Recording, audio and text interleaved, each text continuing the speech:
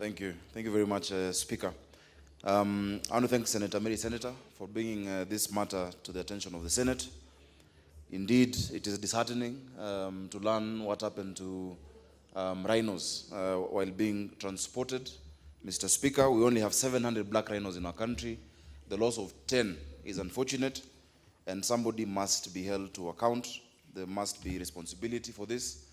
Mr. Speaker, as the committee looks into this issue, I would just like, Mr. Speaker, to advise the Cabinet Secretary in charge to be a bit more conscientious and a bit more sensitive with the remarks and actions that he makes. Mr. Speaker, he is reported to having told all of those who've been asking about this to take a trip to a location that none of us can take ourselves, Mr. Speaker. And some people said that he meant to go to Hell's Gate, Tembea, Kenya. Mr. Speaker, this is the same Cabinet Secretary we have a lot of respect for. But just previously, Mr. Speaker, he arbitrarily cancelled sponsorship for the Kenya Rugby Sevens team. Arbitrarily and unilaterally, because of failing to display the brand Kenya on their T-shirts. And we have to tell him, Mr. Speaker, that brand Kenya is not a logo. The rugby team itself is brand Kenya. And so cancelling sponsorship of 20 million, Mr. Speaker, was out of turn, and he later came again to apologize, Mr. Speaker. We'd ask him to be a bit more careful so that he doesn't have to keep coming back to apologize for actions that he makes in such outbursts, Mr. Speaker. Mr. Speaker, finally, we need to preserve these animals because indeed they are the heritage that we're leaving for our children and for the young people.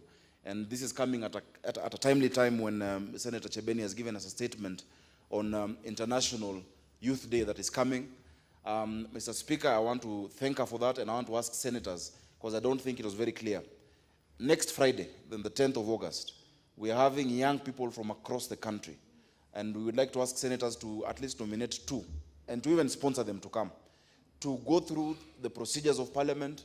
There will be a session and a debate in the chamber of the National Assembly, where they will go through a debate on the theme of this year, which is safe spaces for young people. They will then go into committees at 11:30, and have to bring a report in the afternoon for debate and adoption, so that they can understand how the Senate operates, how the National Assembly operates, how Parliament works, Mr. Speaker. The young people of this country are the trustees of the posterity of this country. And unless we make them front and center of all our policy discourse and what we do in this House, then we'll be legislating in vain. Mr. Speaker, it is unfortunate that Senator Malala, my good friend, had to respond to the infantile and juvenile outbursts from the other House, Mr. Speaker. It is infradig for any member of the Senate to go to the level of the National Assembly. Whenever they come up with such statements, if they insult us, Mr. Speaker, let us not play the same game as they are playing in the National Assembly. This is a House that Kenyans look up to for decorum, a House that is respected, and Mr. Speaker, I can say this with authority as having been a member of that other House and now in this House. It is not an insult to be called an MCA. MCAs are very respectable people.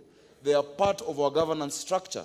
Mr. Speaker, members of county assembly are the guardians of devolution in the counties, and they must be respected. So if I'm to be called an MCA, I'll be grateful. Even if the member who's calling you got 3,000 votes, some of us got close to 1 million votes. But that does not make us better leaders than others who are in this House or in the other House. So I will urge my colleague, the leader of minority, the deputy leader of minority, to take some of these comments in stride, to let it roll off, to take the dirt off his shoulders, and to walk with confidence. He is not less of a senator because of infantile outbursts by the National Assembly. Thank you.